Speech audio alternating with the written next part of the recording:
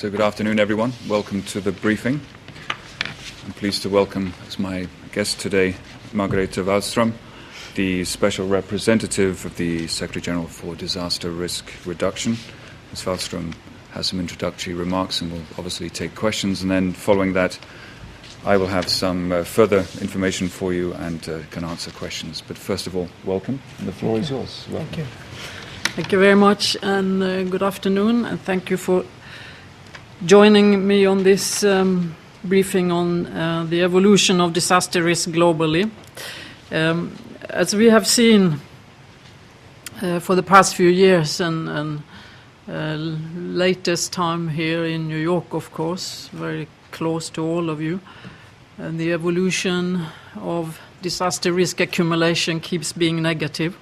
But it also shows that early warning systems and preparedness save lives, which we always want to highlight some of the positive progress. And it also shows that countries, irrespective of whether they are rich or poor, are in fact very much at risk and exposed to the impact of disasters. And what we also, of course, would like to highlight is that disaster preparedness is not enough to ensure that countries' stability and resilience continue to be sustained. Disaster risk and economic development are two curves that follow each other, and as we pointed out in earlier briefings, today the risk accumulation is growing faster than the economic development in many countries in the world, particularly in the richest part of the world. But of course the countries that now today have the fastest economic growth are the ones that are also in the process of accumulating a lot of future risk. And they are in a way in a good position to make those investments that will ensure future resilience.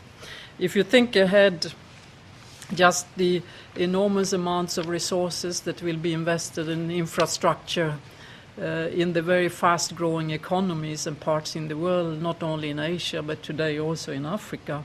That's where there are opportunities today, investing with the broader spectrum on how to protect countries better against coastal erosion, flooding, urban flooding, high winds, and other well-known disasters.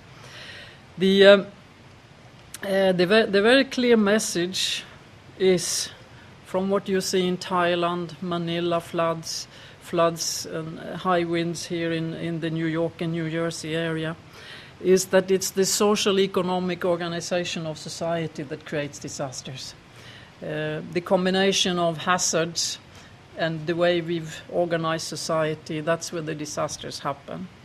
These events that many people feel we could not imagine that it was going to happen, actually is foreseeable. Like in Manila, they know they are at huge risk. They know they will have urban floods.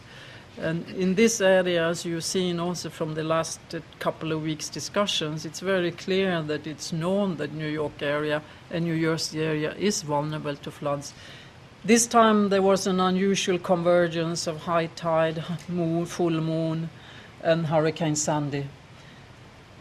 But the key message from climate scientists is that we will see more of these events. They may seem like freak events, but that's one of the characteristics of climate change impact for the future. And I was told this years ago, expect more of the same, expect more unusual events where they didn't used to happen. These are very broad parameters, but it also says something about how we have to prepare for the future. So, just summarize, in those areas in the world where risks are accumulating fastest are coastal belts where economic activities are concentrated, flood deltas where economic activities are generated, and where most of the world population is living, and where we have the fastest growing population growth worldwide. We also have many cities, I'm sure you are aware of that are seated on seismic fault lines. So the question is, of course, what is our message about this? Well, the message is disasters is a development issue. It can only be dealt with if it's part of countries' overall strategic planning, development planning, and if the financial and policy development instruments that will guide how societies are working are fully recognizing and integrating disaster risk. And this is not only an issue for governments, it's also an issue for business, how to ensure that business investments remain safe. It's for citizens to also understand that risk is something that concerns them. How many people do not have insurance for their house if they are in countries where they can afford insurance? So these are the issues that we are working on now.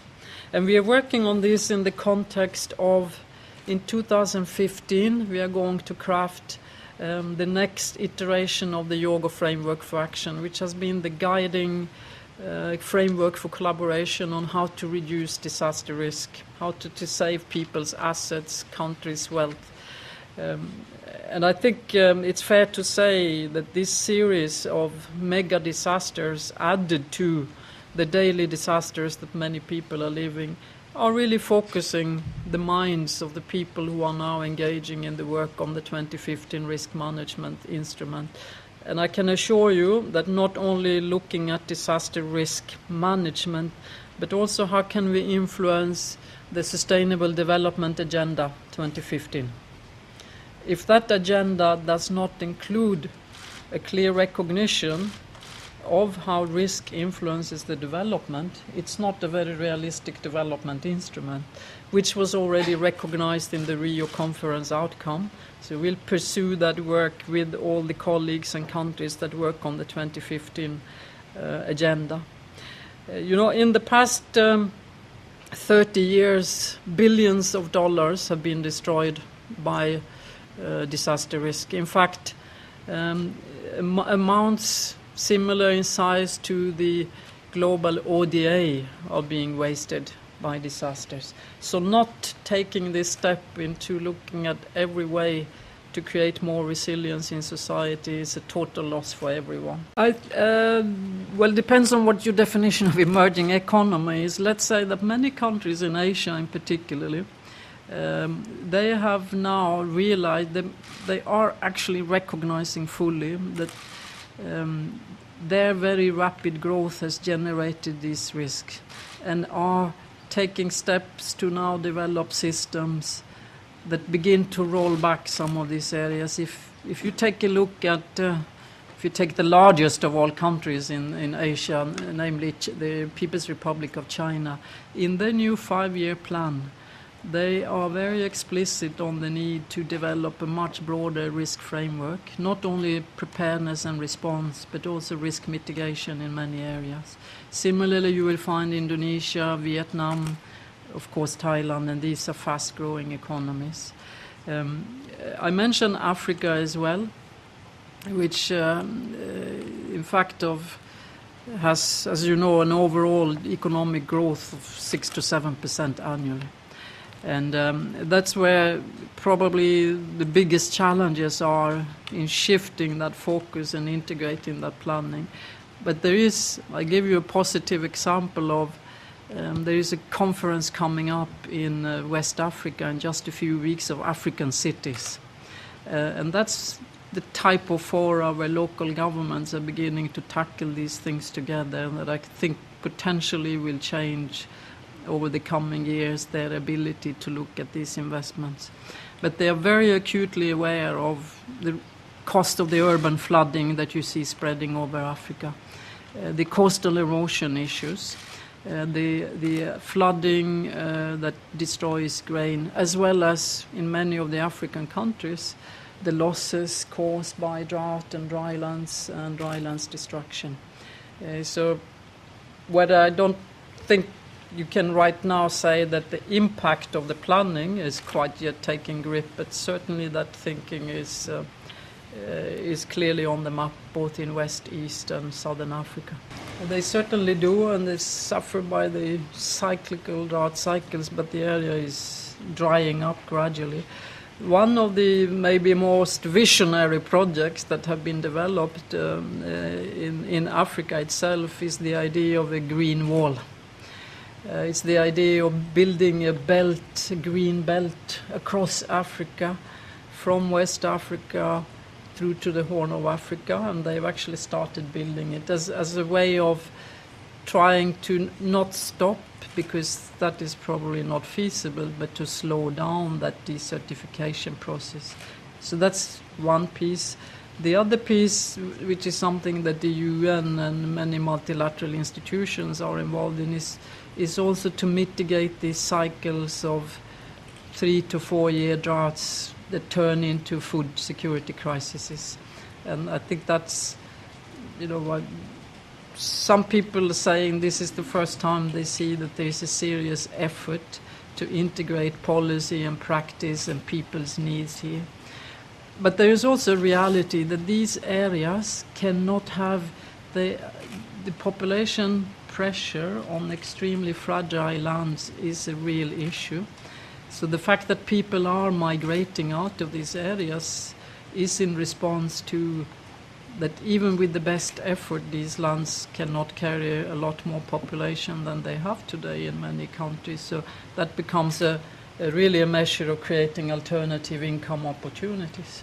So there's of all the disasters we deal with, these are the most complicated ones that we have probably not dealt with appropriately in the past, and countries have not had resources to do that. Try to deal with them only as disasters and responding with food, when that only ensures that in 3-4 years you have the same problem again. So rolling that back, I think, is the critical issue. Okay, Matthew. Sure. I wanted to. In the Fifth Committee of the General Assembly, there was a meeting held, I guess, the Monday after Superstorm Sandy. There were various comments made. Some people were actually, member states were critical of the UN's own communications and preparedness. And Denmark, the permanent representative of Denmark, said that the UN may have lost some of its authority to speak on disaster preparedness given its response. I'm wondering, what do you think of that comment? And here, just only because we're based in New York, does the UN, have you made any assessment of the sort of preparedness? I'm thinking of there was a long expose on Staten Island of sort of that there was no breakers to stop the water, that the evacuation wasn't mandatory, and many, especially elderly people, just died in their homes. Is there, what can you, as an expert in the field, do you think the evacuation should have been truly mandatory? Do you think that enough preparation was made in low-lying areas, specifically like the part of Staten Island I'm referring to? I think there were several questions. There are two. One is about the UN, one is about Staten Island. Let's call it. I don't think that the UN per se has lost its authority, because what we are reflecting here, what you hear me talking about, is what countries tell me. This is the way we are working. That's the nature of the ISDR, because we are all the time interacting with countries, organizations, communities, and we bring that back to the UN proper and say, please take this as messages from those that really need strong policy and political support and guidance and direction. That's the nature of the Yoga Framework for Action and what we are doing in this. So, there is a very old but very real saying that every disaster is also an opportunity for change. And I think we have evidence that is in fact the opportunity. So your question here on New York and New Jersey, have we done any assessment? And not per se, and certainly not one in advance of this. But I have the privilege, the opportunity now to in fact visit a number of the local mayors around here in this area. Also to really understand some of the issues and challenges they face. And I think you also saw what we saw, that the emergency preparedness and the ability to communicate was excellent here in New York City. But you realize in other areas there were no communications. People had no idea what was going on. So this is regrettably, I would say, it's not typical for New York or for the United States. It's typical for many of the most advanced countries in the world that are so dependent let's say, interdependent on the best modern technology. And when that fails, when your mobile antenna goes down, when your power goes down, you are more helpless than you were 100 years ago, because you actually don't know how to operate in that environment. And this is the challenge for our mega cities around the world that makes them a bit more vulnerable than rural communities or others that in fact still have the capability to do so. This is what I mention when I talk about the resilience of individual citizens. Now, this is not going to change, because cities will keep growing and we all want to live in cities. So really the challenge for New Jersey and for New York City is, how can we afford to modernize our infrastructure? How do we build systems that continue to be interdependent but have some redundancy?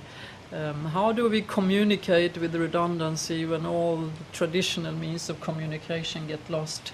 How do we know what the guidance is? And that, of course, is a challenge for the UN headquarters here, because we are part of the environment here. And I think the UN, like any large organization, is doing its business, its corporate business continuity planning, but also not sufficient in the face of what happened here. And I remember I heard last week, because I was here with you last week, one of the very early reactions from one of the governors here, looking at the devastation of the coastlines, he said, we probably should not rebuild in this area. And you hope that spirit of questioning will really remain when they now go into the very difficult phase of reconstruction planning. This is also the experience of so many countries around the world, that they cope increasingly well with preparedness and emergency response. That really is a significant difference that I can see around the world, and it's different from 20 years ago. But the real challenge is the recovery and reconstruction. That is tough. It's the inclusiveness, who has a voice, who listens to it. The issue of financing, an enormous challenge, not only here, but in any country of the world. So these are the issues that they have in common with so many others, with Japan, with Philippines, with Thailand, and which hopefully will create a basis also for them to come to good guidance instruments for the future. Okay, Nizar. Obviously, during the last Sandy hurricane here, a lot of water went into the subway tunnels, which are very deep and absorbed a lot of water. Well, how do you envisage, the catastrophe, had those tunnels not existed there? What would impact they have on the city as a whole? Not having the tunnels to absorb the water, yes, or the flood. Yesterday, returning from a visit to Jersey City, we made the reflection. There's always a debate. You asked the question, Matthew, should evacuation be mandatory or not? But I think even if it wasn't mandatory, the fact that the city stopped everything, just cut off public transport, everything. So just imagine, with the fast rise of water here, if people had still been in the tunnels, sitting on the underground trains, they would have been in very, very deep trouble. So the tunnels, a city like this cannot be without tunnels. That's the way they built the system here. The challenge for New York City in particular is that this infrastructure is so old. And of course, the technology in countries that are today building infrastructure for the future, they are separating tunnels, and they are there for transport, for transport of water, for channeling rivers. They are segregating them in order to keep them safer. So I think, I'm not technically capable enough to make any hypothesis of what would have it been if they had not existed. But clearly, with all the water, because the challenge last week was not the high wind. As you know, the wind speeds were not extraordinary. The enormous catastrophe was caused by the water. by the surge of water and pushed water up the river, also from the ocean. And water has an enormously destructive power. It never goes away, it only finds new ways to go. And therefore tunnels are needed, but how they are designed really has to change over time.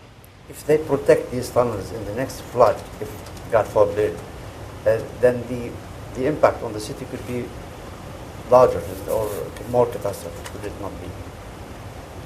You know, the risks, and from this disaster, of course, they will learn a lot.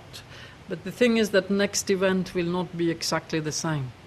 So it takes a lot of thoughtful process and modeling potential risk from what they know about sea level rise, about the force of water, about the evolution of potential of hurricanes in this part of the world, to say what's the optimum investment we should make in infrastructure as balanced with what's the optimum investment we have to make in public education and awareness, in respecting evacuation orders. Because the experience that Japan is now sharing with the world is Japan has built its safety on engineering and hard measures, as they call it. And their conclusion after the Great Eastern Japan earthquake last year is hard measures cannot solve all these issues. We really have to invest much more in people, knowledge, communications, coordination. So that's the answer here also. Some of the measures will be hard engineering, but others have to do with really how people organize, how communities organize themselves, what they know about risk, and how they respect risk. Yes, on the nuclear generators, I mean, obviously they did not shut them down before the Sandy surge. Yeah. That shows that they did not learn from the Japanese experience when the tsunami came through. I mean, do you think that they will, in the future, take better precaution with regard to that? They have to. That's my short conclusion. The whole issue of the Fukushima plant and the lesson learned, it's not only is it a huge amount of money, but you know that in most part of the world, in fact, the nuclear power industry, for producing electricity energy, is a private industry.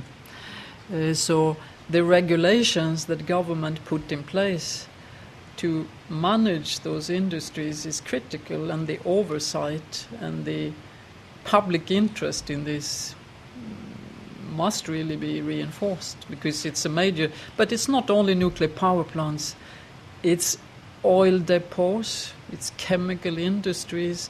There are a lot of very dangerous industries that today are in very highly urbanized areas. So let's extend that idea to potential combination of a major flood, hurricane, earthquake into an area where these dangerous industries are located, and think about broader safety regulations. Okay. Any other questions?